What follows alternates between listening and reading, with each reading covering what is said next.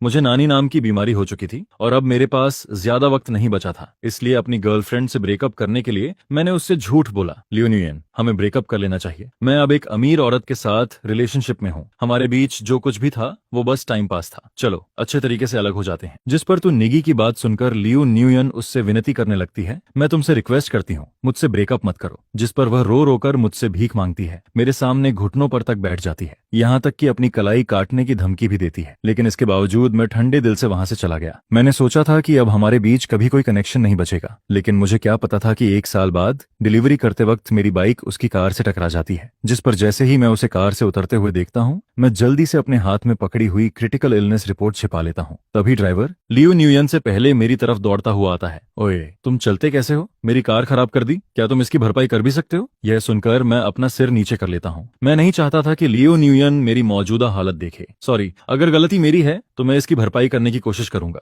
जिस पर मैं अपनी इलेक्ट्रिक बाइक को खड़ा करते हुए लगातार वहां से जल्दी निकलने की कोशिश करता हूँ। मैं बस लियो न्यूयन की नजरों से दूर जाना चाहता था। मैं नहीं चाहता था कि वो मुझे पहचान ले, लेकिन अगले ही पल मेरी नजर उसकी नजरों से टकरा जाती है। वह एक खूबसूरत रेड ड्रेस पहने हुए होती है। उसका अंदाज बिल्कुल एक स्वान की तरह एलिगेंट लगता है। उसकी गर्दन में बेहद कीमती नेकलेस चमक रहा होता है, उसकी आंखें चमक रही होती हैं और उसके पूरे शरीर से एक रॉयल और कोल्ड ऑरा निकल रहा होता है। जिस पर मैं घबरा जाता हूँ और लगातार नजरें चुराने लगता हूँ। लेकिन लियो न्यूयेन मुझे पहचान चुकी होती है। उसका चेहरा तुरंत सख्त हो जाता है। तुम भरपाई करोगे? क्या तुम्हें पता भी है कि मेरी इस कार की कीमत कितनी है? उसकी आवाज में जरा भी इमोशन नहीं होता। अब वह एंटरटेनमेंट इंडस्ट्री की एक फेमस स्टार बन चुकी थी, जबकि दूसरी तरफ मैं सिर्फ एक डिलीवरी बॉय बनकर रह गया था। जिस पर उसे दोबारा देखकर मेरे पास उसे देने के लिए सिर्फ शुभकामनाएं ही बची थीं। मैं बस उसकी सफलता देखकर मन ही मन खुश हो सकता था। सॉरी, आप हिसाब लगा लीजिए कि कितना नुकसान हुआ है। मैं पूरी कोशिश करूंगा कि उसकी भरपाई कर सकूं। इसके बाद मैं ड्राइवर की तरफ देखकर कहता हूं, अपना कॉन्टैक्ट नंबर दे दीजिए। लेकिन जैसे ही ड्राइवर अपना नंबर देने वाला होता है, लियो न्यूयेन उसे बीच में ही रोक देती है। कोई जरूरत नहीं है, वैसे भी अपनी पूरी जिंदगी में भी ये इसकी भरपाई नहीं कर पाएगा, रहने दो, चलो यहाँ से। जिस पर वह अपनी लग्जरी कार की तरफ बढ़ने लगती है, लेकिन कुछ कदम चलने के बाद अचानक रुक जाती है और मेरी तरफ घूर कर देखने लगती है। तो निशी, अगली बार मेरा अटेंशन पाने के लिए ऐसा तरीका मत अपनाना। हम दोनों की राहें बहुत पहले अलग हो चुकी हैं। जरा अपनी हालत तो देखो। अगर तुम्हें पछतावा भी हो रहा है तब भी अब बहुत देर हो चुकी है। यह सुनकर मैं अंदर तक टूट जाता हूँ। क्या उसकी नजरों में मैं सच में इतना गिरा हुआ इंसान था? अचानक मुझे ऐसा फील होता है जैसे किसी ने मेरे सीने में चाकू घोंप दिया हो। दर्द इतना ज्यादा होता है कि मैं मुश्किल से अपने इमोशंस कंट्रोल कर पाता हूँ। दरअसल करीब 6 महीने पहले मुझे पता चला था कि मुझे लास्ट स्टेज स्टमक कैंसर है। डॉक्टर ने साफ कहा था कि मेरे पास 1 साल से भी कम वक्त बचा है और यही वह समय था जब मेरा स्टार्टअप अपने सबसे महत्वपूर्ण फेज में था। वहीं दूसरी तरफ लियो न्यूयेन भी एक टैलेंट कंपटीशन के अहम दौर से गुजर रही थी। हम दोनों एक दूसरे को 10 साल से जानते थे और 10 साल से प्यार भी करते थे। हम दोनों अपने छोटे शहर से इस बड़े सिटी में आए थे। हमने साथ में कई ड्रीम्स देखे थे। मैं एक दिन सक्सेसफुल बिजनेसमैन बनना चाहता था और वह एंटरटेनमेंट इंडस्ट्री में अपना नाम बनाना चाहती थी। मैं उससे वादा करता था कि जब मेरे पास पैसे होंगे तो मैं उसकी मूवीज में इन्वेस्ट करूंगा। मैं कभी भी इंडस्ट्री की गंदी पॉलिटिक्स और कंट्रोवर्सीज को उसके करीब नहीं आने दूंगा। हम दोनों सपना देखते थे कि खूब पैसा कमाने के बाद इस सिटी में एक बड़ा घर खरीदेंगे, फिर 2 बच्चे होंगे और खाली समय में उन्हें स्टार्स दिखाने ले जाएंगे। जिस पर एक दिन लियो न्यूयेन मेरे कंधे पर सिर रखकर मुस्कुराते हुए कहती है, क्या हम बच्चों को साथ न ले जाएं? मैं सिर्फ तुम्हारे साथ स्टार्स देखना चाहती हूँ, सिर्फ हम दोनों। वह वक्त सिर्फ हमारा होगा। यह सुनकर मैं मुस्कुरा देता हूँ। उस समय मेरे दिल में सिर्फ एक ही ख्याल होता है कि मुझे अपनी जिंदगी की इस सबसे खास लड़की को हमेशा खुश रखना है, चाहे इसके लिए मुझे कुछ भी कुर्बान क्यों न करना पड़े। लेकिन हमारी सारी खूबसूरत इमेजिनेशन एक ही पल में टूटकर बिखर जाती है जब मेरे हाथ में लास्ट स्टेज कैंसर की रिपोर्ट आती है। इसके बाद अगले दिन जब लियो न्यूयेन कंपटीशन में गई हुई होती है, मैं हमारा घर छोड़ देता हूँ। अपने पास बचा हुआ सारा पैसा उसके लिए छोड़ जाता हूँ। फिर मैं उससे हर तरह का कांटेक्ट खत्म कर देता हूँ और उसे ब्रेकअप की बात बता देता हूँ। उस फोन कॉल में मैं अपनी जिंदगी के सबसे बेरहम शब्द उसे सुनाता हूँ। तुम एक बेवकूफ और नासमझ लड़की हो। तुम मेरे करियर में कोई मदद नहीं कर सकती। तुम्हें बस खाना, घूमना, फोटोज लेना और एंजॉय करना आता है। तुम मेरे लिए सिर्फ एक बोझ हो। अगर मैं तुम्हारे साथ रहा तो कभी सक्सेस हासिल नहीं कर पाऊंगा। जिस पर मेरी बात सुनकर लियो न्यूयेन रोते हुए कहती है, मैं कहीं नहीं जाऊंगी, मैं बदल जाऊंगी। मैं वादा करती हूँ कि आगे से बेवजह टाइम वेस्ट नहीं करूंगी। मैं हमेशा तुम्हारे साथ रहूंगी। प्लीज मुझे छोड़कर मत जाओ। यह सुनकर मेरा दिल बुरी तरह टूट रहा होता है, लेकिन मैं क्या करता? मेरे पास 1 साल से भी कम वक्त बचा था। मैं उसे अपने साथ दुखों में नहीं घसीट सकता था। उससे दूर जाना ही उसके लिए सबसे बेहतर फैसला था। उसकी रोने की आवाज आवाज मेरे दिल को चीर रही थी। मेरे अंदर ऐसा कोई पल नहीं था जब मुझे दर्द महसूस न हो रहा हो। मेरी आंखों से भी आंसू लगातार बह रहे थे, लेकिन फिर भी मैं खुद को मजबूत दिखाते हुए कहता हूँ, अगर तुम्हें सच में लगता है कि तुम कर सकती हो तो इस कंपटीशन में अपना बेस्ट देना, ऊंची रैंक हासिल करना और साबित करना कि मैं गलत था। इतना कहने के बाद मैं कॉल काट देता हूँ, फिर अपना पुराना सिम कार्ड भी फेंक देता हूँ। उस दिन के बाद मैं लियो न्यूयन की दुनिया से पूरी तरह गायब हो गया। लेकिन सच ये था कि मैं उससे बेहद प्यार करता था। वह सच में बहुत अच्छी लड़की थी। जब भी मैं देर से घर लौटता, वह मेरे लिए नूडल्स बनाकर रखती थी। कभी मेरे कंधे दबाती थी, कभी मेरी पीठ की मसाज करती थी और कभी जानबूझकर क्यूट हरकतें करके मुझे हंसाने की कोशिश करती थी। मैं सच में उससे बहुत प्यार करता था, लेकिन रियलिटी ये थी कि अब मेरे पास उससे प्यार करते रहने का हक नहीं बचा था। जिस पर उसे लग्जरी कार में बैठकर जाते हुए देखने के बाद मैं अपने डिलीवरी ऑर्डर को चेक करता हूँ। तभी पता चलता है कि खाना गिर चुका है। मैं गहरी सांस लेता हूँ और कस्टमर को कॉल करके माफी मांगता हूँ, लेकिन कॉल उठाते ही कस्टमर मुझ पर बुरी तरह भड़क जाता है। मैं इतनी देर से इंतजार कर रहा हूँ और तुमने मेरा खाना गिरा दिया, कैसी डिलीवरी करते हो तुम? जिस पर मैं जबरदस्ती मुस्कुराते हुए बार बार सॉरी बोलता हूँ और कंपेंसेशन देने की बात करता हूँ, लेकिन कस्टमर कहता है, तुम्हारे कंपेंसेशन से क्या होगा, मेरा खाना खराब हो गया, यही सबसे बड़ी प्रॉब्लम है। आखिरकार काफी देर तक माफी मांगने और 3 गुना कॉम्पेंसेशन देने का वादा करने के बाद कस्टमर का गुस्सा थोड़ा शांत होता है। कॉल कटने के बाद भी मैं ज्यादा निराश नहीं होता, क्योंकि इस दुनिया में बुरी चीजें पहले ही बहुत ज्यादा हैं। आखिर मेरी बीमारी से ज्यादा बुरा और क्या हो सकता है? इसी बीमारी की वजह से मैंने अपनी जिंदगी के सबसे प्यारे इंसान को खुद अपने हाथों से खो दिया था, और जब भी मैं इस बात के बारे में सोचता हूँ, मेरा दिल आज भी चाकू की तरह दर्द से भर जाता है। लेकिन एक बात अच्छी थी। सबसे बड़ी राहत की बात यह थी कि लियू नुयेन ने कभी हार नहीं मानी। वह धीरे धीरे अपने हर ड्रीम को पूरा करती जाती है, जिस पर पिछले 1 साल से मैं हमेशा दूर से उसे देखता रहता हूँ।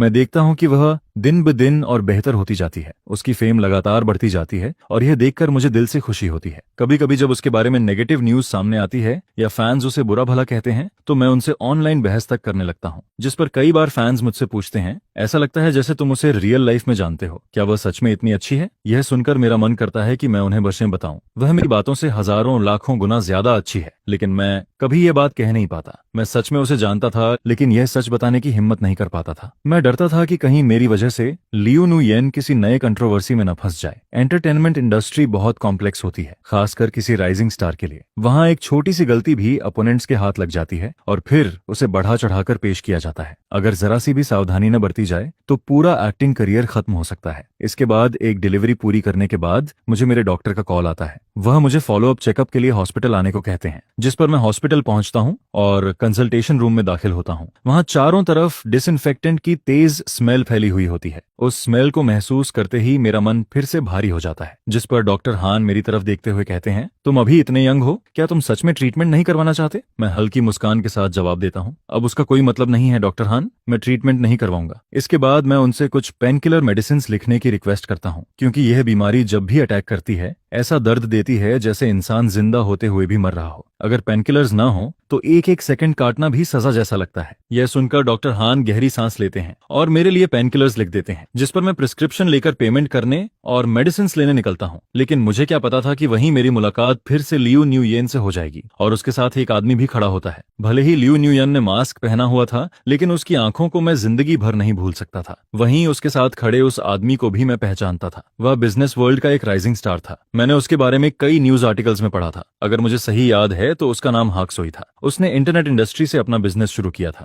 वह एक फेमस यूनिवर्सिटी से ग्रेजुएट था। उसकी पर्सनालिटी शानदार थी और वह काफी हैंडसम भी था। आज उसकी प्रॉपर्टी अरबों युआन तक पहुंच चुकी थी। न जाने कितनी लड़कियों के लिए वह ड्रीम बॉय बन चुका था, जिस पर जब मैं दोनों को साथ खड़ा देखता हूं तो वे सच में परफेक्ट कपल लगते हैं। मैं तुरंत सिर झुकाकर उनके पास से निकलने की कोशिश करता हूं, लेकिन लियू न्यूयेन फिर भी मुझे पहचान लेती है। वह मेरी तरफ देखकर तंज भरे लहजे में कहती है, चुप, तुम हॉस्पिटल क्यों आए हो? कहीं मेरा पीछा तो नहीं कर रहे? यह सुनते ही हाक सोई तुरंत अलर्ट हो जाता है, जिस पर वह अपना हाथ फैलाकर लियू न्यूयेन को अपने पीछे कर लेता है और मुझे सतर्क नजरों से देखने लगता है। तुम कौन हो? उसे लियू न्यूयेन का हाथ पकड़ते देखकर मेरे दिल में फिर एक हल्का सा दर्द उठता है। जिस औरत की रक्षा करने के लिए मैं कभी सब कुछ दांव पर लगाने को तैयार था, आज वही किसी दूसरे आदमी के पीछे खड़ी थी। लेकिन फिर मैं खुद को समझाता हूँ कि शायद यही बेहतर है। कम से कम हाक सोई जैसा इंसान लियो न्यूयेन का ख्याल रख सकता है। यह सोचकर मुझे थोड़ी तसल्ली मिलती है, जिस पर मैं जल्दी से कहता हूँ, सॉरी, आप लोग गलत समझ रहे हैं, मैं यहाँ सिर्फ फूड डिलीवरी देने आया था। इतना कहकर मैं वहां से जाने लगता हूँ, लेकिन तभी पीछे से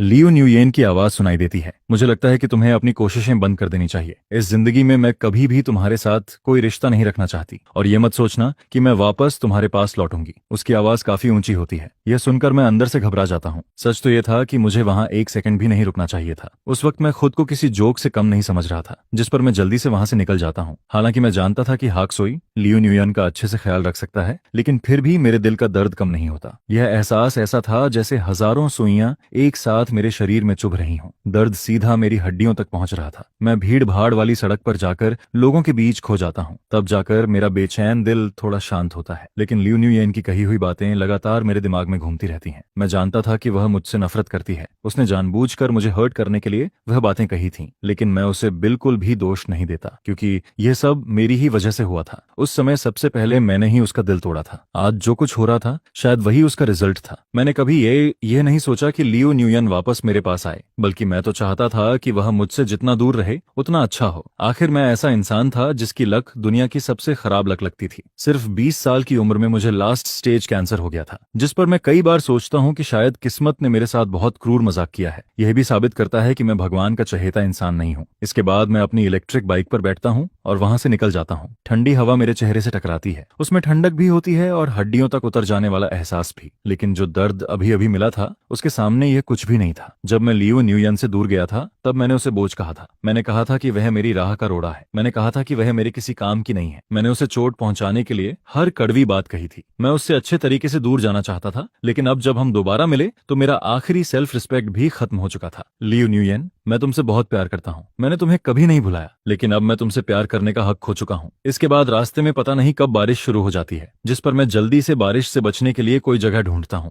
मेरी मौजूदा हेल्थ कंडीशन में बारिश का एक कतरा भी मेरे लिए खतरनाक हो सकता था। अगर मुझे कोल्ड हो जाता तो शायद वह मेरे लिए जानलेवा साबित होता। मैं एक छज्जे के नीचे खड़ा होकर गिरती हुई बारिश को देखने लगता हूँ और फिर सोचता हूँ कि कम से कम मैं एक बार फिर लियो न्यूयन को अपनी आंखों से देख तो पाया। यह सोचकर मेरे दिल को थोड़ी तसल्ली मिलती है। कुछ देर सोचने के बाद बारिश रुकते ही मैं घर लौट जाता हूँ। घर पहुंचकर मैं थोड़ा बहुत कमरा साफ करता हूँ, फिर हल्का सा दलिया खाकर आराम करने बैठ जाता हूँ। इसके बाद मैं अपना फोन खोलता हूँ। मैं देखना चाहता था कि लियो न्यूयन की कोई नई अपडेट आई है या नहीं। हाल ही में उसकी एक हिस्टोरिकल ड्रामा सीरीज रिलीज होने वाली थी। अभी शो रिलीज भी नहीं हुआ था, लेकिन उसकी पॉपुलैरिटी पहले ही बहुत ज्यादा थी। लेकिन जैसे ही मैं फोन खोलता हूँ मुझे एक ब्रेकिंग न्यूज दिखाई देती है। बिजनेस वर्ल्ड के नए यंग टाइकून और टॉप एक्ट्रेस को हॉस्पिटल में साथ देखा गया, जिस पर मैं तुरंत न्यूज खोलकर पढ़ने लगता हूँ। उसमें लिखा होता है कि हाक सोई और लियो न्यूयन हॉस्पिटल में प्रेगनेंसी चेकअप के लिए गए थे। कुछ मीडिया अकाउंट्स दावा कर रहे थे कि दोनों काफी समय से सीक्रेट रिलेशनशिप में हैं, और अब हॉस्पिटल जाने का कारण यह है कि लियो न्यूयन प्रेग्नेंट हो चुकी है। यहाँ तक कि कई लोग उनकी वेडिंग न्यूज आने की भविष्यवाणी तक करने लगते हैं। यह न्यूज देखकर मेरा दिल एक पल के लिए रुक सा जाता है, लेकिन फिर भी मुझे लगता है कि यह खबर झूठी है। लियो न्यूयन को फेमस हुए अभी ज्यादा समय नहीं हुआ था। ऐसे समय पर उसके प्रेग्नेंट होने की संभावना बहुत कम थी, और उसकी कंपनी भी ऐसी चीज कभी अलाउ नहीं करती। जिस पर लगभग 1 घंटे बाद लियो न्यूयन की टीम ऑफिशियल स्टेटमेंट जारी करती है। उसमें कहा जाता है कि वह हॉस्पिटल सिर्फ रेगुलर हेल्थ चेकअप के लिए गई थी, जहां उसकी मुलाकात संयोग से हाक सोई से हो गई। उन दोनों के बीच प्राइवेट लाइफ में किसी तरह का कांटेक्ट नहीं है। इसके बाद कमेंट सेक्शन 2 हिस्सों में बंट जाता है। एक तरफ लोग लियो न्यूयन का सपोर्ट कर रहे होते हैं, वहीं दूसरी तरफ कुछ लोग कहते हैं कि लियो न्यूयन सिर्फ दिखावा कर रही है। उनका कहना था, अगर बॉस हाक का सपोर्ट न होता तो बिना किसी बैकग्राउंड वाली लड़की इतनी जल्दी फेमस कैसे हो सकती थी। कुछ लोग तो यहाँ तक कहने लगते हैं कि लियो न्यूयन हक सोई के लायक ही नहीं है। ये कमेंट्स देखकर मेरा खून खौल उठता है। जो भी लियो न्यूयन के खिलाफ कुछ गलत लिखता है, मैं तुरंत उसे रिप्लाई देने लगता हूँ। मैं किसी भी कीमत पर लोगों को लियो न्यूयन की बेइज्जती करते हुए नहीं देख सकता था। जिस पर मैं लगातार कमेंट्स का जवाब दे रहा होता हूँ कि तभी मुझे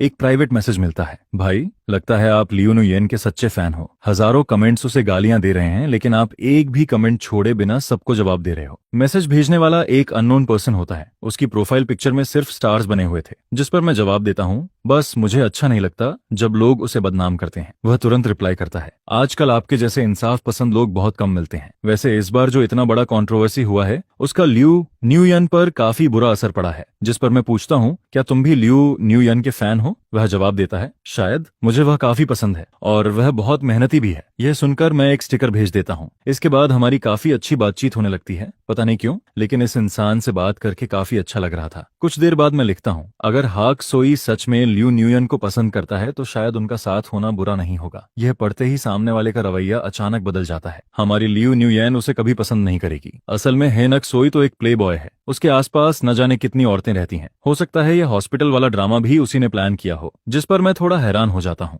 वह आगे लिखता है, मैं तुम्हें बता दूं, मैं उसका करियर फैन हूँ। इस समय लियो न्यूयन को किसी भी हालत में रिलेशनशिप में नहीं पड़ना चाहिए। जिस पर मैं जवाब देता हूँ, तुम सही कह रहे हो। लेकिन तभी वह लिखता है, ठीक है, अब मैं तुमसे बात नहीं करूंगा, मेरा मूड खराब हो गया है, सिर्फ अब आया है, मैं सोने जा रहा हूँ। मैसेज भेजते ही उसका अकाउंट ऑफलाइन हो जाता है, जिस पर मैं उत्सुकता में उसकी प्रोफाइल खोलकर देखने लगता हूँ। उसकी लोकेशन इसी सिटी की दिखाई देती है। उसका निकनेम था नुयेन डंग यूनेट दानडोई और बायो में लिखा होता है, किसी के साथ स्टार्स देखने का इंतजार कर रही हूँ। इसके अलावा उसके अकाउंट पर कोई वीडियो या पोस्ट नहीं था। जानकारी बहुत कम थी, लेकिन मुझे लग रहा था कि यह इंसान काफी इंटरेस्टिंग होगा। इसके बाद मैं टाइम देखता हूँ। रात काफी हो चुकी थी। मैं फोन की स्क्रीन पर लगी लियो न्यूयेन की फोटो को देखने लगता हूँ।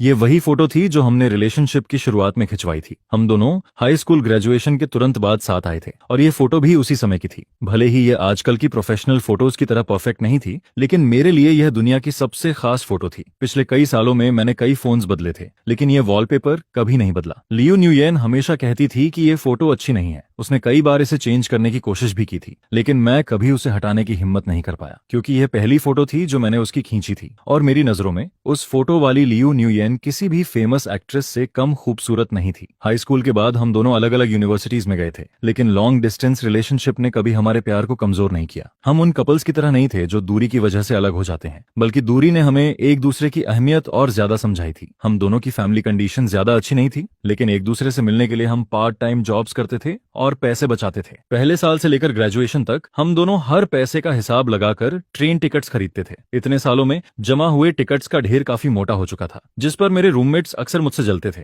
यार भगवान ने सच में तुझ पर मेहरबानी की है, इतनी खूबसूरत और इतनी लॉयल गर्लफ्रेंड हर किसी को नहीं मिलती। यह सुनकर मैं हमेशा मन ही मन खुद को लकी समझता था। लियो न्यूयेन से मिलना मेरी जिंदगी की सबसे खूबसूरत बात थी, और इसलिए जब भी मैं उसके साथ होता था उसे बहुत संभाल कर रखता था। मैं कभी नहीं चाहता था कि उसे किसी भी तरह की तकलीफ हो। घर का खाना बनाना हो या बर्तन धोना, मैं हमेशा खुद करने की कोशिश करता था। मैं उसके लिए सुंदर कपड़े खरीदता था, अपनी बचत से उसके पसंदीदा ज्वेलरी पीसेस भी खरीदता था। उस वक्त हम दोनों उम्मीदों से भरे हुए थे। हमारे पास फ्यूचर को लेकर अनगिनत खूबसूरत ड्रीम्स थे। मैं उस पर पैसे खर्च करना चाहता था, लेकिन वह हमेशा मना कर देती थी। वह कहती थी, पैसे बचाकर रखो, बाद में हम इसी सिटी में अपना घर बनाएंगे। लॉन्ग डिस्टेंस रिलेशनशिप के दौरान कई लड़कों ने उसे प्रपोज किया था, लेकिन उसने हर बार बिना झिझक उन्हें रिजेक्ट कर दिया। फिर वह मुझसे कहती थी, लियो न्यूयेन, पूरी जिंदगी सिर्फ तू निशी से प्यार करेगी, मेरी जिंदगी में कोई दूसरा आदमी कभी नहीं आएगा। जिस पर मैं भी मुस्कुराकर कहता था, तू निशी भी पूरी जिंदगी सिर्फ लियो न्यूयेन से प्यार करेगा, मैं कभी तुम्हारा दिल नहीं दुखाऊंगा। लेकिन आखिर में वादा तो मैंने ही तोड़ा था, मैंने ही उसका भरोसा तोड़ा था। उसने मेरे साथ रहते हुए बहुत मुश्किलें झेली थी, लेकिन मैं उसे वह खुशियां कभी नहीं दे पाया जिसकी वह हकदार थी। गलती मेरी थी, पूरी तरह मेरी। इन पुरानी यादों को सोचते सोचते न जाने कब मेरी आंख लग जाती है, लेकिन आधी रात को अचानक एक भयानक दर्द का अटैक पड़ता है, जिस पर मैं झटके से बिस्तर से उठ बैठता हूँ। बाहर चारों तरफ अंधेरा छाया हुआ था। मैं मुश्किल से पेन किलर निकालकर खाता हूँ, लेकिन इस बार दवा भी कोई असर नहीं करती। दर्द इतना बढ़ जाता है कि मैं फर्श पर लौटने लगता हूँ। मेरे मुंह से दर्द भरी चीखें निकलने लगती हैं। मेरी हथेलियां और माथा ठंडे पसीने से भीग जाते हैं। पता नहीं कितना वक्त गुजरता है, तभी कोई तेजी से कमरे के अंदर आता है। अरे तू निगी, क्या हुआ, तुम ठीक हो? लेकिन मैं जवाब तक नहीं दे पाता। धुंधली चेतना में मुझे सिर्फ इतना याद रहता है कि मेरा रूममेट मुझे हॉस्पिटल लेकर जाता है। जब मेरी आंख खुलती है तो मैं खुद को एक सफेद हॉस्पिटल बेड पर पाता हूँ। मैं धीरे धीरे आसपास देखता हूँ। मेरे बेड के पास मेरा रूममेट बैठा होता है, जिस पर वह मुझे जागता देखकर कहता है, अरे आखिर तुम होश में आ गए, अब कैसा लग रहा है? मैं धीरे से कहता हूँ, पहले से बेहतर हूँ, थैंक्स। वह मुस्कुराकर कहता है, थैंक्स की क्या बात है, तुम ठीक हो यही काफी है, अब मुझे डिलीवरी पर जाना है। जिस पर मैं शर्मिंदा होकर कहता हूँ, सॉरी यार, मेरी वजह से तुम्हारा काफी टाइम वेस्ट हो गया। लेकिन वह हंसते हुए कहता है, इतनी फॉर्मेलिटी मत किया कर। उसके जाने के बाद मैं धीरे धीरे बेड से उठने की कोशिश करता हूँ, तभी पास खड़ी नर्स भाग कर आती है। बेड नंबर 3, आप क्या कर रहे हैं? जल्दी लेट जाइए, क्या आपको अपनी जान की परवाह नहीं है? इसके कुछ देर बाद मेरा डॉक्टर भी वहां पहुंच जाता है। वह मेरी रिपोर्ट देखकर गंभीर आवाज में कहता है, आपकी कंडीशन ज्यादा अच्छी नहीं है, अब तो पेनकिलर्स भी ठीक से काम नहीं कर रहे। मुझे लगता है कि आपको ट्रीटमेंट शुरू कर देना चाहिए, कम से कम इससे दर्द कुछ कम हो जाएगा। लेकिन मैं सिर हिलाकर कहता हूँ, रहने दीजिए डॉक्टर, मैं ट्रीटमेंट नहीं करवाऊंगा, ये सिर्फ पैसों की बर्बादी होगी। यह कहकर मैं बेड से उतर जाता हूँ, जिस पर डॉक्टर और नर्स मुझे देखते रहते हैं। उनकी आंखों में बहुत कुछ होता है, लेकिन वे कुछ नहीं कहते। मैं कमजोर शरीर को संभालते हुए धीरे धीरे बाहर निकलने लगता हूँ। लेकिन तभी एक बार फिर मेरी मुलाकात लियो न्यूयेन से हो जाती है। वह वही इंसान थी जिसे मैं दिन रात याद करता था, और वही इंसान थी जिससे मैं सबसे ज्यादा बचना चाहता था। उस समय मेरी हालत बेहद खराब थी। मैं जल्दी से मास्क पहन लेता हूँ, लेकिन फिर भी एक पल की देरी हो जाती है, जिस पर उसकी नजरें सीधे मेरी तरफ टिक जाती हैं। उसकी आंखों में हल्की सी हलचल दिखाई देती है। तू निगी, तुम फिर हॉस्पिटल में क्यों आए हो? मैं अभी मास्क ठीक से पहन भी नहीं पाता कि वह आगे बोल पड़ती है, मत बताना कि इस बार भी तुम फूड डिलीवरी देने आए हो। यह सुनकर मैं एक पल के लिए रुक जाता हूँ, क्योंकि आज मैं डिलीवरी यूनिफॉर्म में नहीं था। मैं कुछ सेकंड सोचता हूँ, फिर शांत आवाज में कहता हूँ, मैं यहाँ क्यों आया हूँ? इससे तुम्हारा कोई लेना देना नहीं है। जिस पर मैं आगे जोड़ता हूँ, तुम अभी पब्लिक अटेंशन के बीच हो। अगर किसी ने हमें साथ देख लिया तो तुम्हारे लिए और प्रॉब्लम खड़ी हो जाएगी। मेरी बात सुनकर लियो न्यूयेन का चेहरा थोड़ा बदल जाता है। फिर वह हल्की कड़वाहट के साथ कहती है, सही कहा, शायद मैं ही बेवजह दखल दे रही थी, लेकिन फिर भी तुम यहाँ क्या करने आए हो? इससे मेरा कोई लेना देना नहीं है। उसकी आंखों में एक पल के लिए निराशा की झलक दिखाई देती है, जिसे देखकर किसी का भी दिल भर आता है। जिस पर मैं धीरे से जवाब देता हूँ और उसके पास से निकलकर जाने की कोशिश करता हूँ, लेकिन कुछ कदम चलने के बाद भी मैं खुद को रोक नहीं पाता। मौसम ठंडा हो रहा है, अपना ध्यान रखना। यह कहकर मैं तेजी से हॉस्पिटल से बाहर निकल जाता हूँ और अपने किराए के कमरे में लौट आता हूँ, जिस पर मैं अपने शरीर के दर्द को दबाते हुए फोन की तरफ देखता हूँ। तभी मुझे पता चलता है कि TUIAN नाम की वह ऑनलाइन फ्रेंड, जिसे मैं सबसे प्यारी ऑनलाइन फ्रेंड मानता हूँ, उसने मुझे मैसेज भेजा है। उसने लिखा था कि आज उसका मूड अच्छा नहीं है, जिसे देखकर मैं थोड़ी देर बाद रिप्लाई करता हूँ, क्या हुआ? कोई ऐसी बात है जिसने तुम्हें परेशान कर दिया है? लेकिन मैसेज भेजने के बाद भी तुरंत कोई रिप्लाई नहीं आता। तभी मेरी नजर सर्च बोर्ड पर चल रही एक हॉट न्यूज पर पड़ती है, जिसका कीवर्ड होता है, हाक सोई ने अफवाहों का खंडन किया। जिस पर मैं तुरंत न्यूज खोलकर देखता हूँ। हाक सोई ने खुद एक वीडियो अपलोड किया था। वीडियो का मुख्य मतलब यही था कि उसका और लियो न्यूएन का रिश्ता वैसा नहीं है जैसा मीडिया दावा कर रही है। उसने साफ कहा था कि उसकी और लियो न्यूएन की मुलाकात सिर्फ हॉस्पिटल में संयोग से हुई थी। यह क्लैरिफिकेशन लगभग वही था जो लियो न्यूएन की तरफ से भी दिया गया था। जिसके बाद मैं कमेंट सेक्शन खोलकर देखने लगता हूँ। नीचे ज्यादातर लोग हक सोआई की तारीफ कर रहे होते हैं। कोई उसे जेंटलमैन कह रहा होता है तो कोई उसकी पर्सनैलिटी की तारीफ कर रहा होता है। एक लिस्टेड कंपनी का चेयरमैन होकर भी वह लियो न्यूएन की मदद के लिए खुद सामने आया था। जिस पर कुछ लोग कमेंट करते हैं, पता नहीं क्यों, लेकिन ऐसा लग रहा है जैसे कोई डोमिनेटिंग CEO अपनी छोटी वाइफ को प्रोटेक्ट कर रहा हो। जिस पर दूसरा कमेंट आता है, बिल्कुल, CEO ने देखा कि उसकी वाइफ को गलत समझा जा रहा है, इसलिए वह तुरंत उसकी रक्षा के लिए सामने आ गया। ये तो बहुत स्वीट है। ऐसे कमेंट्स बहुत तेजी से टॉप पर पहुंचने लगते हैं। तभी मुझे न्यूयेन तथ दांग्यू नाम का अकाउंट दिखाई देता है। वह सीधे उन कमेंट्स का रिप्लाई करते हुए लिखता है, बस भी करो तुम लोग, इन दोनों में कपल वाली कोई फीलिंग नहीं है, ठीक है? और वैसे भी न्यूयेन अभी अपने करियर के सबसे महत्वपूर्ण दौर में है। वह बिल्कुल भी रिलेशनशिप में नहीं पड़ेगी और उसे हकसोआई भी पसंद नहीं है। उसका यह रिप्लाई इतना दृढ़ था कि ऐसा लग रहा था जैसे वही इस पूरी घटना की असली गवाह हो। जिस पर कुछ लोग उसे टारगेट करके बहस शुरू कर देते हैं, लेकिन वह बिल्कुल पीछे नहीं हटती। वह कमेंट सेक्शन में जमकर आर्ग्यूमेंट करने लगती है। जितनी बहस बढ़ती है, मैं भी उतनी ही तेजी से उसकी मदद करने के लिए रिप्लाई करने लगता हूँ। काफी देर तक बहस करने के बाद वह मुझे कुछ फनी इमोजीज भेजती है। आखिरकार गुस्सा निकाल ही दिया। जिस पर मैं रिप्लाई करता हूँ, गुस्सा निकल जाए तो अच्छा होता है। लाइफ में ऐसा क्या हुआ है जिसने तुम्हें इतना परेशान कर दिया? इसके बाद वो मुझसे पूछती है, और तुम्हारा क्या तुम्हारे साथ कुछ बुरा हुआ है? उसका यह सवाल सुनकर मैं कुछ पल के लिए चुप रह जाता हूँ, क्योंकि मुझे खुद नहीं पता कि इसका जवाब क्या दूं। क्या मैं दुखी हूँ? शायद हूँ, और शायद नहीं भी। आखिर अब मेरी जिंदगी में सिर्फ 3 महीने से भी कम समय बचा है। ऐसे में खुशी और दुख जैसी चीजों का शायद अब कोई खास मतलब नहीं रह गया था। तभी उसका अगला मैसेज आता है, तुम मेरे मैसेज का रिप्लाई क्यों नहीं दे रहे? जिसके साथ वह ढेर सारे स्टिकर्स भी भेज देती है। मैं बस यही सोचता हूँ कि काश वह अच्छी तरह अपनी जिंदगी जी सके, लेकिन वह तुरंत समझ जाती है कि कोई ना कोई बात जरूर छिपी हुई है। जिस पर वह लगातार डिटेल्स पूछने लगती है। लेकिन यह मामला लियो न्यूयेन से जुड़ा हुआ था, इसलिए मैं कोई भी सुराग सामने नहीं आने देना चाहता था। जिस पर मैं ज्यादा कुछ नहीं कहता, बस उसे गुड नाइट कहता हूँ और ऑफलाइन हो जाता हूँ। इसके बाद जब मेरी तबीयत थोड़ी बेहतर महसूस होती है, तब मैं फिर से डिलीवरी का काम करने बाहर निकल जाता हूँ। हालांकि मेरी मौजूदा हालत ऐसी नहीं थी कि मैं ज्यादा पैसे कमा सकूं। मैं सिर्फ इतना कमा रहा था कि रोजमर्रा की जिंदगी किसी तरह चलती रहे। इस समय मैं शहर के सबसे सस्ते किराए वाले कमरे में रह रहा था, और सच कहूं तो फ्यूचर से भी मुझे अब कोई खास उम्मीद नहीं बची थी। जिस पर मैं बड़े ऑर्डर्स लेने से भी बचता हूँ, क्योंकि मुझे डर रहता है कि कहीं मेरी तबीयत खराब होने की वजह से किसी और का समय बर्बाद न हो जाए। लेकिन आज डिलीवरी करते वक्त एक ऐसी चीज होती है जिसकी मैंने बिल्कुल उम्मीद नहीं की थी। मुझे एक स्पेशल ऑर्डर मिलता है, जिसे खास तौर पर मेरा नाम चुनकर असाइन किया गया था। इतना ही नहीं, कस्टमर ने सीधे 188 युआन की टिप भी दी थी। शुरुआत में मुझे लगा कि शायद सामान बहुत भारी होगा,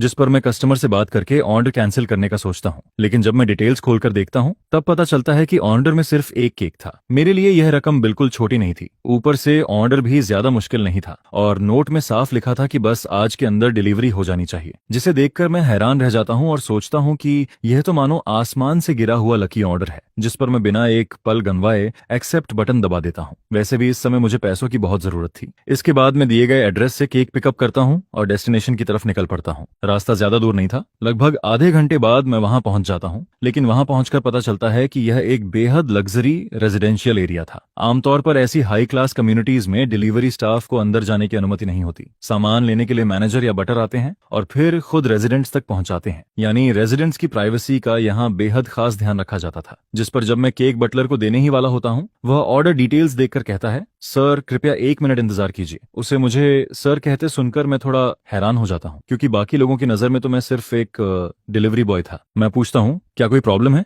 ऑर्डर में कुछ गड़बड़ है क्या? क्योंकि केक काफी महंगा था, अगर इसे कोई नुकसान पहुंचता तो मैं उसकी भरपाई बिल्कुल नहीं कर सकता था। जिस पर बटर मुस्कुराते हुए कहता है, नहीं सर, कोई प्रॉब्लम नहीं है। ऑनर ने खास निर्देश दिया है कि यह केक आप खुद उनके घर तक पहुंचाएंगे। यह सुनकर मेरे चेहरे पर साफ हैरानी दिखाई देती है। आपको यकीन है कि कोई गलती नहीं हुई? बिल्कुल नहीं सर, कृपया मेरे साथ आइए। इसके बाद वह मेरे लिए गेट खोल देता है। मैं कम्युनिटी के अंदर प्रवेश करता हूँ। मुझे लगा था कि मुझे पैदल जाना पड़ेगा, लेकिन वहां तो स्पेशल शटल कार भी मौजूद थी, जिसे देखकर मुझे एक बार फिर एहसास होता है कि अमीर लोगों की दुनिया सच में अलग होती है। रास्ते भर मैं आसपास का माहौल देखता रहता हूँ। हर तरफ हरियाली थी, बिल्डिंग्स के बीच काफी दूरी थी और पूरा एनवायरनमेंट बेहद शानदार था। कुछ देर बाद हम बिल्डिंग के नीचे पहुंच जाते हैं। बटर मेरे लिए एलिवेटर भी कॉल कर देता है। ऐसी बिल्डिंग्स में आमतौर पर एक एलिवेटर सिर्फ एक अपार्टमेंट के लिए होती है, जिससे प्राइवेसी और भी ज्यादा बढ़ जाती है। मैं मन ही मन सोचता हूँ कि यहाँ की प्रॉपर्टी की कीमत करोड़ों में होगी और मेंटेनेंस फी भी शायद कम नहीं होगी। जिस पर मैं बटलर को धन्यवाद देता हूँ और एलिवेटर में चढ़ जाता हूँ। कुछ ही देर में एलिवेटर 8वीं मंजिल पर पहुंच जाती है। पता नहीं क्यों, लेकिन इस समय मेरे दिल में अजीब सी घबराहट होने लगती है। इसके बाद मैं डोरबेल दबाता हूँ।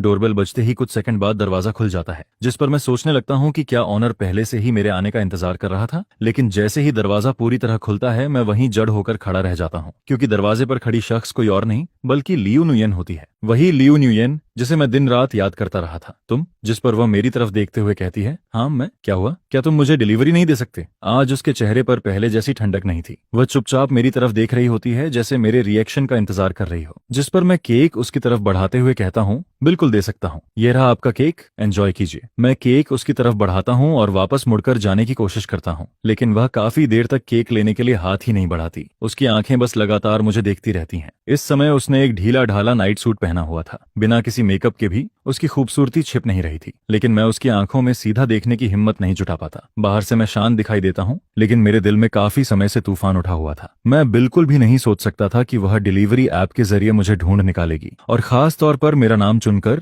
ऑर्डर भी करेगी। जिस पर इस समय मुझे सब कुछ बेहद उलझा हुआ महसूस होने लगता है। सिर्फ हालात ही नहीं, मेरा दिल भी बुरी तरह बेकाबू होकर धड़क रहा था। मैं केक यहीं रख देता हूँ, मुझे अभी और ऑर्डर भी डिलीवर करने हैं। जिस पर मैं मौका देखकर उसकी तरफ एक नजर डालता हूँ, लेकिन अगले ही पल मैं चौंक जाता हूँ। उसकी आंखें अचानक लाल हो जाती हैं और आंसू उसकी आंखों के कोनों से बहने लगते हैं। वह लगातार मुझे देखते हुए कहती है, तुनिशी, क्या तुम्हें लगता है कि तुम बहुत महान हो? क्या तुम्हें लगता है कि खुद को कुर्बान करके दूसरों की जिंदगी रोशन करना बहुत बड़ी बात होती है? जिस पर मैं उसकी तरफ देखता हूँ और मेरी मुट्ठियां कस जाती हैं। मुझे महसूस होता है कि मेरे नाखून मेरी हथेलियों में धंसने वाले हैं। तुम क्या कहना चाहती हो? मैं समझा नहीं। जिसके जवाब में वह कहती है, तुम अभी भी मेरे सामने एक्टिंग कर रहे हो? तुनिशी, मुझे अब पता चल गया है कि तुम कितने अच्छे एक्टर हो। अगर पहले पता होता तो मैं तुम्हें किसी डायरेक्टर से रिकमेंड कर देती। तुम तो पक्का एक फेमस स्टार बन जाते। वह यह सब कहते हुए लगातार रोती रहती है। उसे इस तरह देखकर मेरा दिल बुरी तरह दर्द करने लगता है, लेकिन इस समय मुझे सच में समझ नहीं आता कि मैं उसका सामना कैसे करूं। मैं उसे क्या कह सकता था? मैं तो पहले ही बेबसी की सबसे गहरी खाई में गिर चुका था। अब मैं उसके लिए कुछ नहीं कर सकता था। न ही मैं उसकी मदद कर सकता था और न ही उसकी जिंदगी पर बोझ बनना चाहता था। जिस पर इस समय मेरे अंदर उससे नजर मिलाने की भी हिम्मत नहीं बची थी। मैं केक को नीचे रख देता हूँ और सीने में उठ रहे दर्द को दबाते हुए वापस मुड़ जाता हूँ। जैसा कि उसने खुद कहा था, हम दोनों की राहें बहुत पहले ही अलग हो चुकी थीं।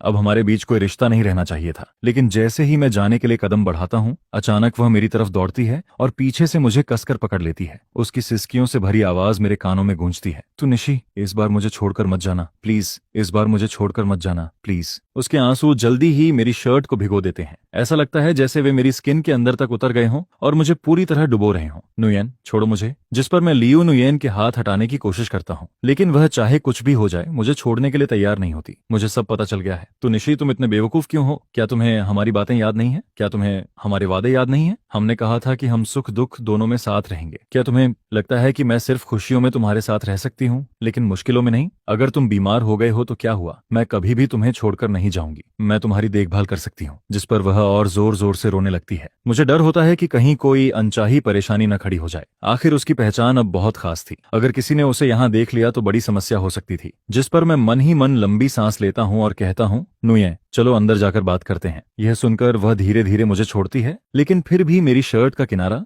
मजबूती से पकड़े रहती है, जैसे उसे डर हो कि मैं फिर से गायब हो जाऊंगा। इसके बाद मैं केक उठाता हूँ और उसके साथ अंदर चला जाता हूँ। घर के अंदर का एरिया बहुत बड़ा था और हर चीज बेहद साफ सुथरी दिखाई देती है, जिस पर मेरी नजर दीवारों पर लगी तस्वीरों पर पड़ती है। वहाँ हाई स्कूल से लेकर कॉलेज तक हमारी साथ की ढेर सारी फोटोज लगी हुई थी। ग्रेजुएशन से लेकर बड़े शहर में संघर्ष करने तक का हर पल उन तस्वीरों में मौजूद था। उन्हें देखकर मेरी पुरानी यादें एक एक करके वापस लौटने लगती हैं, जिस पर मैं मन ही मन सोचता हूँ, यह लड़की सच में बेवकूफ है, बहुत ज्यादा बेवकूफ। आज वह एक बड़ी स्टार बन चुकी थी, उसका फ्यूचर बेहद उज्जवल था। ऐसी तस्वीरें घर में रखना किसी टाइम बॉम्ब से कम नहीं था। अगर किसी गलत इरादे वाले इंसान की नजर इन पर पड़ जाती तो यही तस्वीरें उसके करियर को खत्म करने का हथियार बन सकती थीं। मैं केक टेबल पर रख देता हूँ, फिर पूछता हूँ, आज तुम्हारा बर्थडे तो नहीं है? जिस पर वह जवाब देती है, मेरा नहीं, तुम्हारा बर्थडे है। मैं हल्की मुस्कान के साथ कहता हूँ, मेरा बर्थडे तो निकल गया। उसकी आंखें फिर लाल हो जाती हैं। मुझे पता है, इसलिए मैं तुम्हारे लिए बर्थडे लेट सेलिब्रेट करना चाहती हूँ। बस केक खा लो, उसके बाद मैं तुम्हें हॉस्पिटल लेकर जाऊंगी, ठीक है? अब उसकी आवाज पहले जैसी तेज नहीं थी। वह बेहद नरम, बेहद प्यारी और बहुत संभल कर बात कर रही थी। शायद ही कोई यकीन करे कि लाखों लोगों की पसंदीदा सुपरस्टार एक साधारण डिलीवरी बॉय के साथ इस तरह पेश आ सकती है। उसे इस तरह देखकर कई बातें मेरे होंठों तक आती हैं, लेकिन मैं उन्हें फिर निगल जाता हूँ, क्योंकि मेरी बीमारी अब इलाज के दायरे से बहुत दूर जा चुकी थी। मैं बुझते हुए दीपक की तरह था, जो कभी भी बुझ सकता था। और सच यह भी था कि मैं और वह अब दो अलग अलग दुनियाओं के लोग बन चुके थे।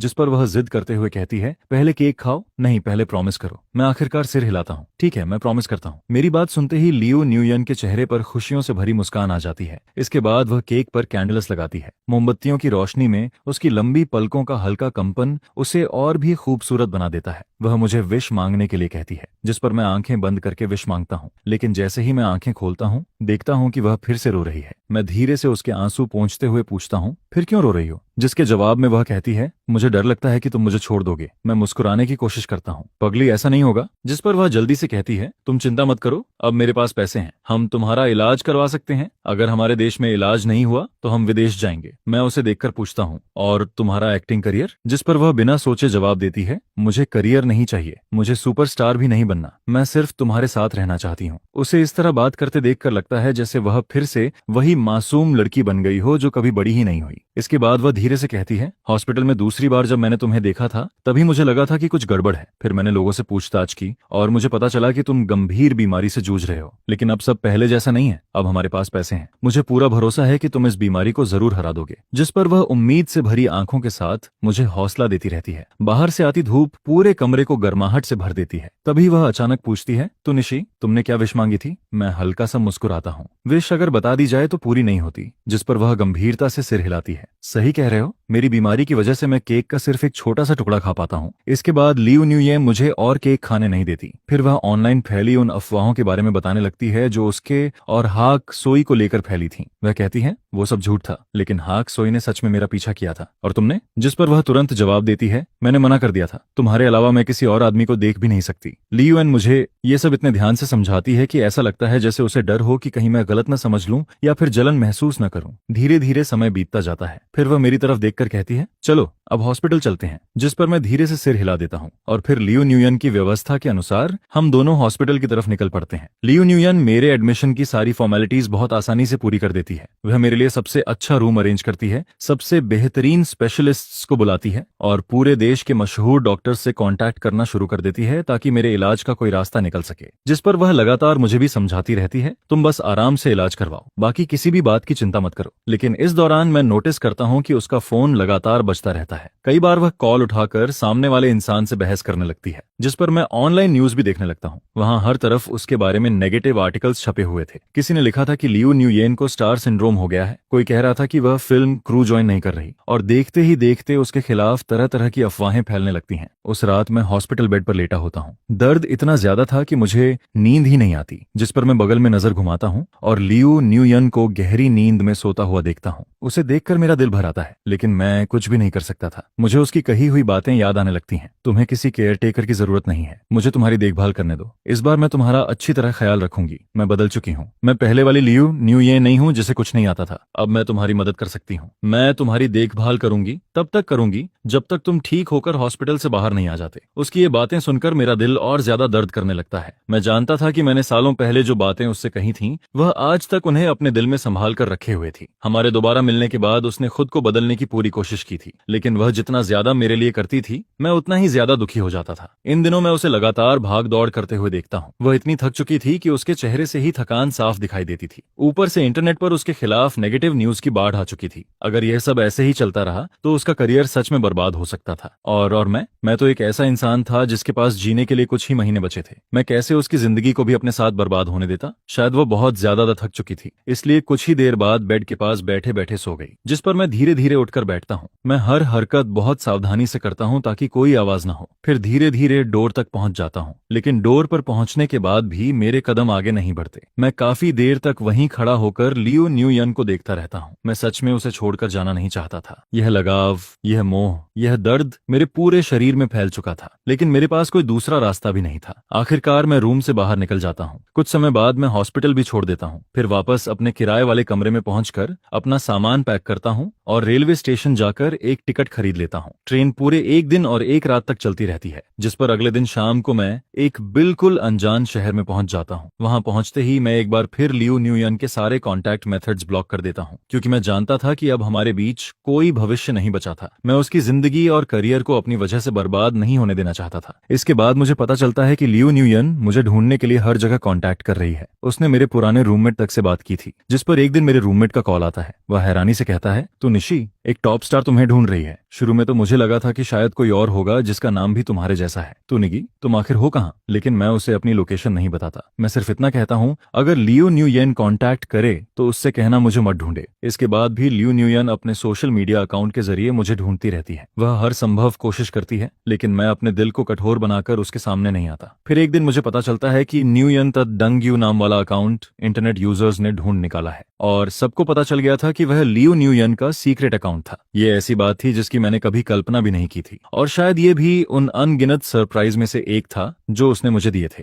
लेकिन मैं जानता था कि छोटी तकलीफ लंबी तकलीफ से बेहतर होती है, इसलिए मैंने तय कर लिया था कि यहीं सब खत्म हो जाना चाहिए। लियो न्यू यन को जब पता चलता है कि मैं फिर गायब हो गया हूँ, तब वह लगभग पागलों की तरह मुझे ढूंढने लगती है, जिस पर मैं इस नए शहर में ही रुक जाता हूँ। शहर के बाहरी इलाके के जंगलों के बीच एक पैलेटिव केयर हॉस्पिटल था। वह जगह बेहद शांत थी। रात में वहां से पूरा आसमान दिखाई देता था, जिसमें अनगिनत सितारे चमकते रहते थे। मैंने उसके सारे कॉन्टैक्ट्स ब्लॉक कर दिए थे, लेकिन फिर भी एक नया सोशल मीडिया अकाउंट बनाकर हर दिन उसकी पोस्ट्स चुपचाप देखता रहता था। फिर एक रात जब दर्द इतना बढ़ जाता है कि मेरी चेतना लगभग खत्म होने लगती है, तभी अचानक मेरे फोन पर एक अननोन नंबर से मैसेज आता है। तो निशी, मुझे पता है कि तुम अभी भी मुझे देख रहे हो। मुझे यह भी पता है कि तुम बीमार हो और बहुत दर्द में हो, लेकिन तुमने मुझसे वादा किया था कि हम साथ में सितारे देखेंगे। तुम पहले ही एक बार अपना वादा तोड़ चुके हो, दूसरी बार ऐसा मत करना। ये मैसेज पढ़ते ही मैं फोन को कसकर पकड़ लेता हूँ और मेरी आंखों से चुपचाप आंसू बहने लगते हैं। अगले दिन सुबह मेरे रूम का डोर धीरे से खुलता है, जिस पर लियो न्यू येन अंदर दौड़कर आती है और मुझे कसकर गले लगा लेती है। वह ऐसे रो रही थी जैसे कोई खोया हुआ बच्चा आखिरकार अपना घर ढूंढ चुका हो। इस बार तुम मुझे छोड़कर नहीं जा सकते। तो निशी, मैं हमेशा तुम्हारा इंतजार करती रहूंगी। मैं उसकी कांपती हुई बॉडी महसूस कर सकता था। उसके गर्म आंसू मेरी शर्ट को पूरी तरह भिगो रहे थे। मैंने उसे कभी इतनी बुरी तरह रोते हुए नहीं देखा था। वह बिना कुछ छिपाए पूरी तरह टूट कर रो रही थी। काफी देर बाद मेरी आवाज वापस निकलती है। वह इतनी भारी हो चुकी थी जैसे किसी खुरदुरी सतह पर कुछ घिस रहा हो। नुये, तुम्हें मेरी हालत पता है। मुझे लास्ट स्टेज स्टमक कैंसर है। मेरे पास 3 महीने भी नहीं बचे हैं। जिस पर वह सिर उठाती है। उसकी आंखें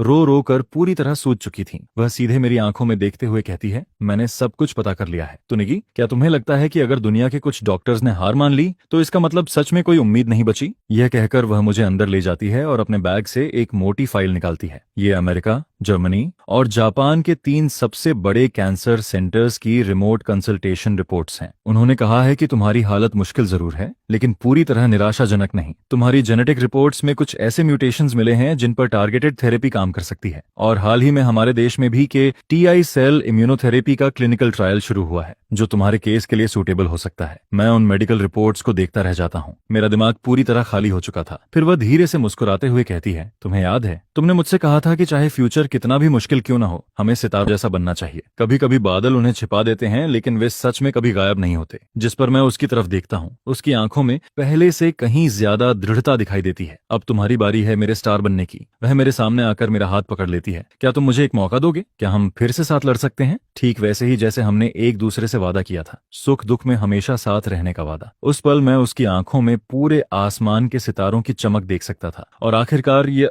मैं मना नहीं कर पाता। इसके बाद इलाज शुरू होता है, लेकिन यह सफर हमारी उम्मीद से कहीं ज्यादा कठिन साबित होता है। टारगेटेड थेरेपी की साइड इफेक्ट्स बहुत गंभीर थीं। मुझे बार बार उल्टियां होती थीं, लगातार तेज बुखार आता था, पूरा शरीर दर्द से भरा रहता था, और केटीआई इम्यूनोथेरेपी से पहले की कीमोथेरेपी तो मेरी लगभग सारी ताकत ही छीन लेती है। लेकिन एक चीज कभी नहीं बदलती, वह थी लियू न्यूयन की मौजूदगी। वह हर दिन मेरे साथ रहती है, मुझे हिम्मत देती है, मुझे संभालती है, और उसकी वजह से इलाज का हर मुश्किल दिन पहले से थोड़ा आसान लगने लगता है। लियू न्यूयन पिछले पूरे 3 महीनों का काम दोबारा अरेंज कर देती है, और सिर्फ सबसे ज्यादा जरूरी कामों को ही हॉस्पिटल के कमरे से हैंडल करती है, जिस पर मैनेजर लगभग पागल होने की हालत में पहुंच जाता है। लेकिन लियू न्यूयन का रवैया पूरी तरह से दृढ़ होता है। वह कहती है, पैसा दोबारा कमाया जा सकता है, फिल्में दोबारा शूट की जा सकती हैं, लेकिन कुछ लोग अगर एक बार खो जाएं तो फिर हमेशा के लिए खो जाते हैं। जिसके बाद हॉस्पिटल के कमरे में हम दोनों एक दूसरे को फिर से समझना शुरू करते हैं, जिस पर मुझे एहसास होता है कि लियू न्यूयन अब पहले वाली मासूम लड़की नहीं रही है। अब वह डॉक्टर्स के साथ पूरी प्रोफेशनल तरीके से ट्रीटमेंट प्लान डिस्कस कर सकती है, और सी स्टूडियो के क्राइसिस को भी शांत दिमाग से संभाल लेती है। वहीं जब मैं खाना खाने से मना करता हूं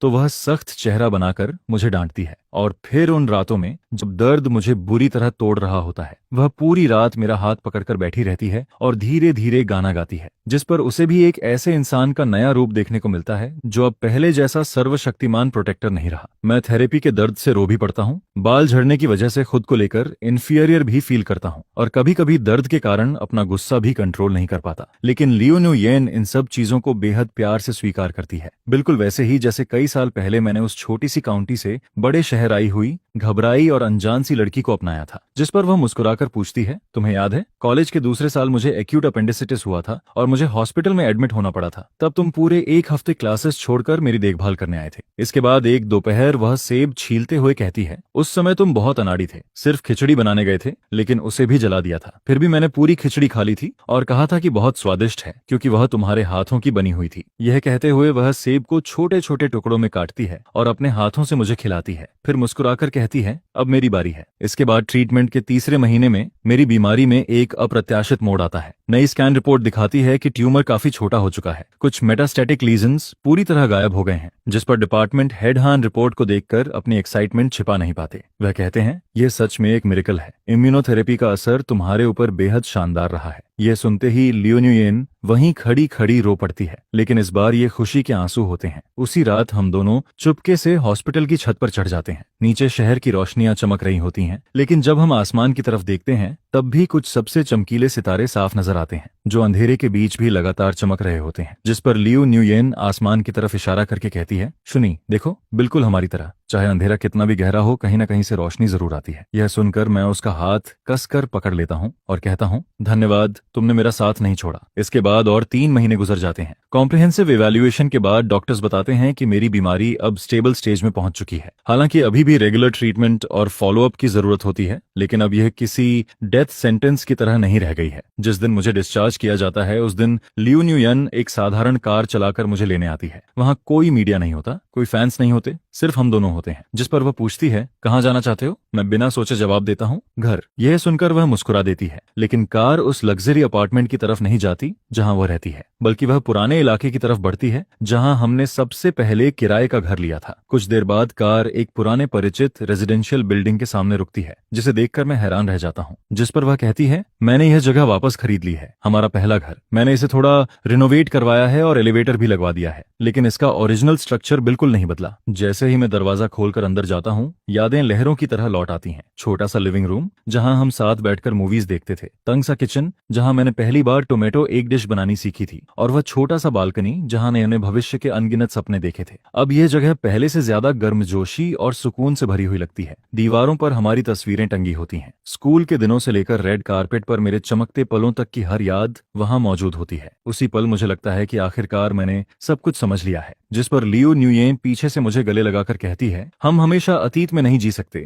लेकिन अतीत को पूरी तरह छोड़ भी नहीं सकते। यही वह जगह है जहां से हमने शुरुआत की थी, और अब हम यहीं से फिर से शुरुआत करेंगे। इसके बाद 1 साल गुजर जाता है। एक रात हम फिर उसी पहाड़ी की चोटी पर पहुंचते हैं जहां कभी हमने अनगिनत बार तारों भरा आसमान देखा था। डॉक्टर्स की नई रिपोर्ट बहुत अच्छी आती है। कैंसर मार्कर्स लगातार कम हो रहे होते हैं। डॉक्टर्स बताते हैं कि अगर यही स्थिति बनी रही तो लंबे समय तक ट्यूमर के साथ सामान्य जीवन जीना संभव होगा, और शायद क्लिनिकल क्योर भी हासिल हो जाए। वहीं लियू न्यूयेन की नई फिल्म को एक बड़े अवार्ड के लिए नॉमिनेशन मिलता है, लेकिन वह सारी सेलिब्रेशन पार्टीज ठुकरा देती है और जिद करती है कि आज की रात वह मेरे साथ यहीं बिताएगी। जिस पर वह तारों की तरफ देखते हुए कहती है, सुनी, 10 साल पहले जब हम प्यार में पड़े थे तब हमारे पास कुछ भी नहीं था, सिर्फ यही तारों भरा आसमान था। यह कहते हुए वह अपनी पॉकेट से एक छोटा बॉक्स निकालती है। मैं बॉक्स खोलता हूं तो उसके अंदर 2 साधारण रिंग्स रखी होती हैं, जिनके अंदर एक लाइन खुदी होती है, सितारों को गवाह बनाकर इस जीवन में कभी पछतावा नहीं। जिसके बाद वह मेरी आंखों में देखते हुए पूछती है, अब मैं तुमसे पूछना चाहती हूँ, क्या तुम अपनी बाकी जिंदगी मेरे साथ बिताना चाहोगे? चाहे अच्छे दिन हो या बुरे, सेहत हो या बीमारी, सफलता हो या मुश्किलें। मैं तुरंत जवाब नहीं देता, बल्कि एक घुटने पर बैठ जाता हूँ। रिकवरी पीरियड में होने की वजह से यह हरकत मेरे लिए आसान नहीं होती, लेकिन फिर भी मैं पूरी गंभीरता के साथ ऐसा करता हूँ।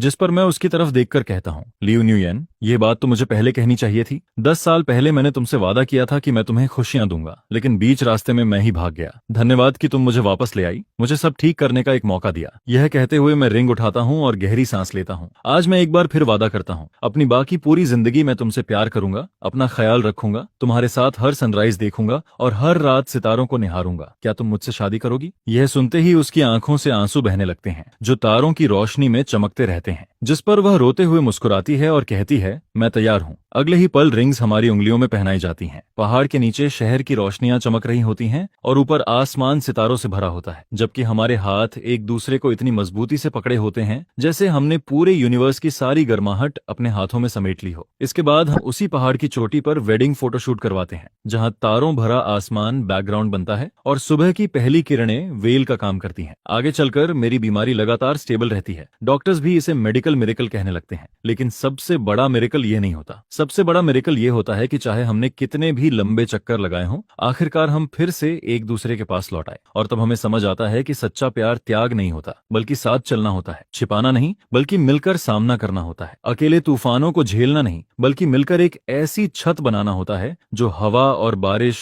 दोनों से बचा सके। फिर एक और तारों भरी रात आती है। लियू न्यूयेन मेरे कंधे पर सिर टिकाए बैठी होती है। हमारे हाथ एक दूसरे में उलझे होते हैं और हमारी रिंग्स चांदनी में हल्की सुनहरी चमक बिखेर रही होती हैं। जिस पर वह आसमान की तरफ देखते हुए धीरे से पूछती है, सुनी, उस तारे को देखो, क्या तुम्हें नहीं लगता कि वह पिछले साल से थोड़ा ज्यादा चमक रहा है? जिस पर मैं उसकी उंगली के इशारे की तरफ देखता हूँ और हल्के से मुस्कुरा देता हूँ। फिर उससे कहता हूँ, ऐसा नहीं है कि वह तारा पहले से ज्यादा चमक रहा है, बल्कि अब हमारी आंखें रोशनी को ढूंढना सीख गई हैं। यह सुनकर लियू न्यूयेन मेरी तरफ मुड़ती है और धीरे से मेरे गाल पर किस कर देती है, जिस पर वह मुस्कुराते हुए कहती है, बिल्कुल सही, क्योंकि अब हम जानते हैं कि चाहे रात कितनी भी गहरी और अंधेरी क्यों न हो, सितारे कभी भी उनका साथ नहीं छोड़ते जो उनका इंतजार करते हैं।